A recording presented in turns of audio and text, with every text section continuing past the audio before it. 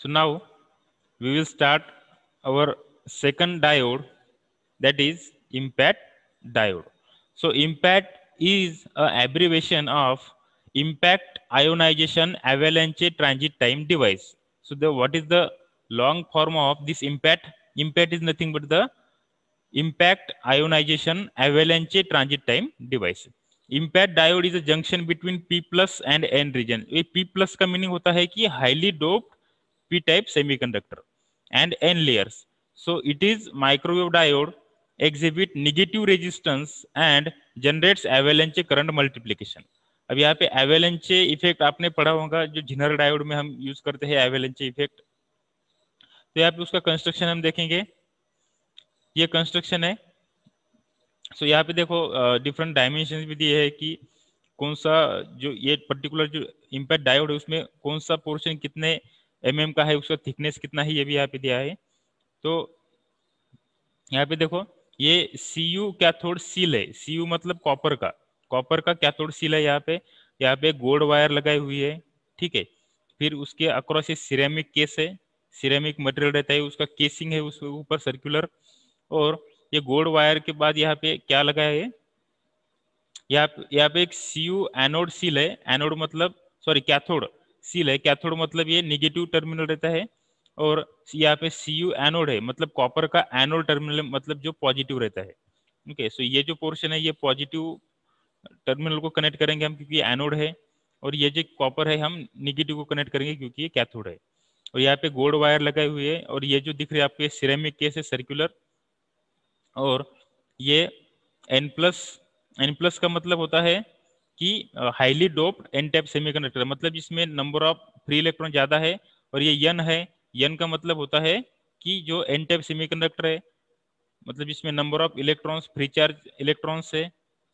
और एन और N plus में क्या फर्क है, सेम ही है. यहाँ पे भी नंबर ऑफ फ्री इलेक्ट्रॉन्स और यहाँ पे भी नंबर ऑफ फ्री इलेक्ट्रॉन्स है. पर यहाँ पे एन प्लस का मतलब है नंबर ऑफ फ्री इलेक्ट्रॉन ज्यादा है, मतलब डोपिंग ज्यादा की है हमने. तो डोपिंग अगर ज्यादा किया, पेंटावेलेंट इंप्योरिटी की डोपिंग अगर ज्यादा की तो ज्यादा इलेक्ट्रॉन्स मिलेंगे हमें उसमें. और ये पी प्लस है. पी प्लस का मीनिंग होता है कि highly doped P type semiconductor, मतलब इसमें ट्राईवेलेंट इंप्योरिटी हम ज्यादा क्वांटिटी में ऐड करते हैं. ठीक है. तो ये होगा उसका कंस्ट्रक्शन. तो अब उसका ऑपरेशन कैसा रहेगा. ओके. आपको मालूम है कि एन टाइप सेमीकंडक्टर मतलब एन टाइप मटेरियल में नंबर ऑफ इलेक्ट्रॉन्स रहते हैं और पी टाइप मटेरियल में नंबर ऑफ होल्स रहते हैं. और गोल्ड वायर, गोल्ड ये क्यों है कि gold is very gold has a very high conductivity. Okay. उसकी कंडक्टिविटी बहुत ज्यादा रहती है, रेजिस्टेंस उसका बहुत ही निग्लिजिबल रहता है, बहुत ही कम रहता है. सो it is very very good conductor.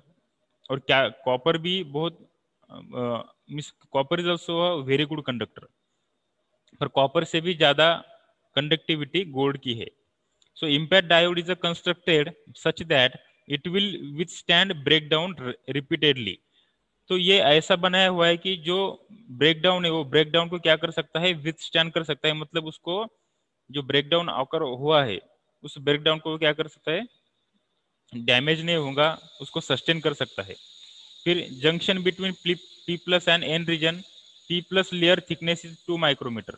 ये पी प्लस की थिकनेस जो है वो 2 माइक्रोमीटर है. ठीक है. उसके बाद अभी यहाँ पे ये डायग्राम देखो आप, N layer thickness is 3 micrometer और N plus thickness is 10 micrometer, that is the drift reason.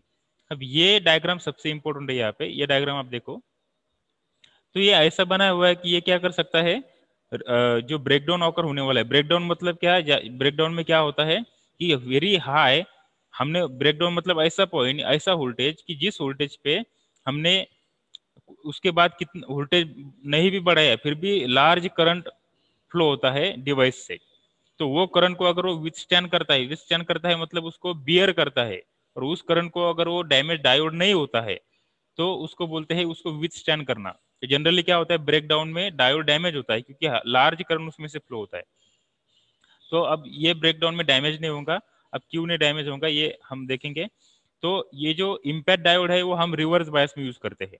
ठीक है. अब यहाँ पे देखो ये दो नोड्स है जिसमें हमने कनेक्शंस किया है. ये एनोड सॉरी ये निगेटिव को दिया और कैथोड हमने पॉजिटिव को दिया. तो उसको रिवर्स बायस में हमने कनेक्ट किया. तो यहाँ पे P प्लस है. तो P प्लस मतलब क्या है, ये highly doped P type semiconductor है, मतलब यहाँ पे नंबर ऑफ होल्स ज्यादा है। और ये एन है, एन मतलब क्या है, जहाँ पे नंबर ऑफ इलेक्ट्रॉन ज्यादा है। और ये एन प्लस है, एन प्लस का मतलब क्या है, जिसमें number of electrons free electron ज्यादा है। तो यहाँ पे प्लस साइन दिखा है, मतलब क्या, यहाँ पे नंबर ऑफ इलेक्ट्रॉन्स ही है, पर जहाँ पे नंबर ऑफ इलेक्ट्रॉन ज्यादा होते हैं उसके आयन से पॉजिटिव होते हैं।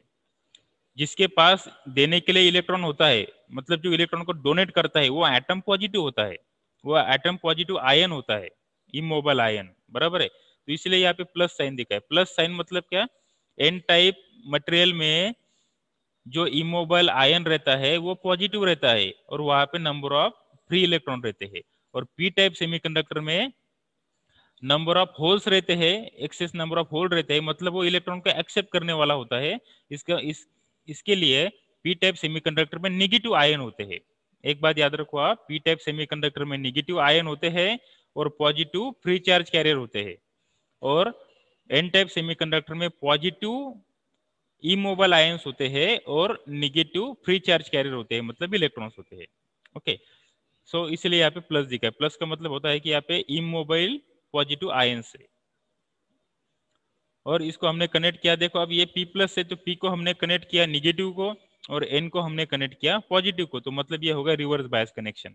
और यहाँ पे हाई वोल्टेज का हमने सप्लाई दिया है, डीसी सप्लाई, तो जिसका ये जो सप्लाई है 400 किलो वोल्ट पर सेंटीमीटर है। ओके, तो that is a voltage gradient that we have provided here, 400 kilo volt per centimeter, ये वोल्टेज ग्रेडियंट है। तो an extremely high impact gradient 400 volt per centimeter, 400 kilo volt per centimeter is applied to the impact diode that results in a very high current. अब देखो इतना ज्यादा अगर हमने उसको सप्लाई प्रोवाइड किया है, तो वो उस ज्यादा वोल्टेज के कारण से क्या होगा, बहुत ज्यादा करंट उसमें से फ्लो होगा। A high potential gradient causes the flow of minority carriers across the junction। अब यहाँ पे क्या होगा, रिवर्स बायस होने के कारण ये जो negative terminal of the battery, ये यहाँ पे जो होल्स है उस होल को अट्रैक्ट करेंगे, और यहाँ पे जो positive terminal of the battery है वो यहाँ के इलेक्ट्रॉन को अट्रैक्ट करेंगे। मतलब यहाँ पे क्या हो रहा है, माइनॉरिटी चार्ज कैरियर फ्लो हो रहे हैं सिर्फ, मेजोरिटी चार्ज कैरियर ये फ्लो नहीं हो रहे, वो अट्रैक्ट हो रहे बैटरी की तरफ। तो इसका मतलब क्या है कि, इसका मतलब है कि ये रिवर्स बायस में उसमें से करंट नहीं फ्लो हो रहा है। पर हमने अगर ज्यादा रिवर्स बायस वोल्टेज दिया, तो अब ज्यादा रिवर्स बायस वोल्टेज देने के कारण क्या होता है, ये जो फ्री चार्ज कैरियर रहते हैं डिवाइस में, उसमें क्या होता है, बहुत ज्यादा टेंशन आता है, और वहाँ पे एवेलेंच मल्टीप्लीकेशन होता है। एक ही बार बहुत ज्यादा इलेक्ट्रॉन उनके वैलेंस बैंड को छोड़कर कंडक्शन बैंड में आ जाते हैं। और एट ए टाइम बहुत ज्यादा इलेक्ट्रॉन कंडक्शन बैंड में आने के कारण क्या होता है, बहुत ज्यादा करंट फ्लो होता है, और वो ज्यादा करंट वो डिवाइस को डैमेज भी कर सकता है। पर यहाँ पे ये डिवाइस उसमें हाई डोपिंग की है हमने, हाईली डोपिंग करने के कारण ये डिवाइस डैमेज नहीं होता है, तो इसमें से बहुत ज्यादा करंट फ्लो होता है।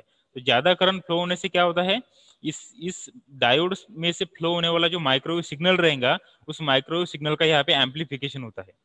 ठीक है, so high potential gradient causes flow of minority carriers across the junction. यहाँ पे देखो ये सिग्नल है, सपोज ये एवेलेंच थ्रेशोल्ड है, ये 400 किलो वोल्ट वोल्टेज ग्रेडियंट है, यहाँ पे plus DC applied plus RF voltage है। ये यहाँ पे देखो, यहाँ पे टाइम है, हमने यहाँ पे डीसी अप्लाई किया है, यहाँ से यहाँ तक कि डीसी अप्लाई किया है 400 किलो वोल्ट, और या उसके अक्रॉस ये सिग्नल है सपोज, ठीक है, उसकी डीसी लेवल है ये 400 किलो वोल्ट तक है। तो यहाँ पे हमें करंट पल्सेस कैसे मिलेंगे, देखो ये 90 डिग्री, ये 90 डिग्री है, ये एवेलेंच थ्रेशोल्ड है। यहाँ पे current pulse maximum when v is equal to 0, जब वोल्टेज 0 रहता है तब करंट पल्स मैक्सिमम रहती है। आपको मालूम वोल्टेज कम है मतलब रेजिस्टेंस कम होता है, मतलब करंट पल्स मैक्सिमम रहती है। और यहाँ पे current pulse at cathode when v is equal to minus maximum, तो ये माइनस मैक्सिमम में अगर रहेगा वोल्टेज, तो क्या यहाँ पे जो करंट पल्स है वो कैथोड पे क्या रहेंगी, मैक्सिमम रहेंगी। So current pulse drift to cathode. Okay, so यहाँ पे देखो आप next, consider RF AC voltage superimpose on top of high DC voltage. मतलब क्या क्या कर रहे हैं हम, consider RF AC voltage superimpose on top of high DC voltage. DC voltage पे क्या कर रहे हैं हम, RF AC वोल्टेज को सुपर इम्पोज कर रहे हैं। So impact ionization occur due to increase velocity of electron and holes generate additional electrons and holes. तो उसकी वजह से क्या होगा, वो एसी आरएफ एसी सिग्नल की वजह से क्या होगा, एडिशनल इलेक्ट्रॉन्स एंड होल्स वहां पे जनरेट होंगे। If the original DC field is at threshold level and RF AC voltage is applied, then during the whole positive cycle voltage will exceed and the avalanche current multiplication will takes place during the entire time. avalanche current multiplication मतलब क्या होता है, जब एक electron valence band छोड़ के conduction band में जाता है तो वो दूसरे इलेक्ट्रॉन को भी दूसरे इलेक्ट्रॉन को स्ट्राइक करता है और वो इलेक्ट्रॉन भी वैलेंस बैंड छोड़ के कंडक्शन बैंड पे आता है। तो वैसा मल्टीप्लीकेशन होते जाता है और maximum number of electrons valence band छोड़ के कंडक्शन बैंड में आते हैं। और जब इलेक्ट्रॉन वैलेंस बैंड छोड़ के कंडक्शन बैंड में आता है तब वो करंट कॉन्स्टिट्यूट करता है। तो करंट कॉन्स्टिट्यूट कौन करता है, वैलेंस बैंड के इलेक्ट्रॉन नहीं, कंडक्शन बैंड के electron. So if the current pulse is applied at the junction, it moves towards the cathode due to applied reverse bias at a drift velocity dependent on the presence of high DC field. The time taken by current pulse to react the cathode depends on velocity and the thickness of the highly doped N plus layer. Okay, जो time taken by the current pulse to react the cathode ये किस पे depend करता है, velocity and thickness of the highly doped N plus layer. N plus layer thickness is adjusted such that time taken for current pulse to move from V is equal to 0 to V is equal to minus V max of RF cycle is exactly 90 degree. उसके हिसाब से ये thickness layer हमें क्या adjust करना पड़ता है। So hence voltage and current are 180 degree out of phase and dynamic RF negative resistance occur. यहाँ पे वोल्टेज और करंट क्या होते हैं, 180 डिग्री होते हैं। जैसे हमने देखा वोल्टेज जब 0 होता है तब हमें करंट मैक्सिमम मिलता है, तो 180 डिग्री फेज शिफ्ट है out of phase and dynamic RF negative resistance occur. तो नेगेटिव रेजिस्टेंस का मतलब यहाँ पे क्या होता है कि जैसे हम वोल्टेज बढ़ता है वो करंट कम होता है, या वोल्टेज जब कम होता है तब करंट बढ़ता है, तो उसको नेगेटिव रेजिस्टेंस बोलते हैं। तो नेगेटिव रेजिस्टेंस का मतलब वो वोल्टेज और current he 180 degree out of phase में रहते हैं, that is called negative resistance. Negative resistance generally हम एम्पलीफिकेशन के लिए यूज करते हैं। ओके, तो एप्लीकेशंस क्या है उसके, impact diodes are used as a micro oscillator, as a micro generator के लिए उसका यूज होता है, as a modulated output oscillator, as a receiver local oscillator में भी उसका यूज होता है, वो सिग्नल को जनरेट करता है। फिर suitable for negative resistance amplification, जैसे मैंने आपको बोला कि नेगेटिव रेजिस्टेंस एम्पलीफिकेशन के लिए उसका यूज होता है, मतलब सिग्नल को एम्पलीफाई करने के लिए। ये एम्पलीफाई क्यों होता है सिग्नल, क्योंकि यहाँ पे एवेलेंच मल्टीप्लिकेशन होता है और हाई करंट फ्लो होता है डिवाइस से, और हाई करंट फ्लो होने के कारण क्या होता है कि वो उसके थ्रू अगर हमने RF सिग्नल पास किया डायोड से, तो उस RF signal will get the energy from this high current और उसका एम्पलीफिकेशन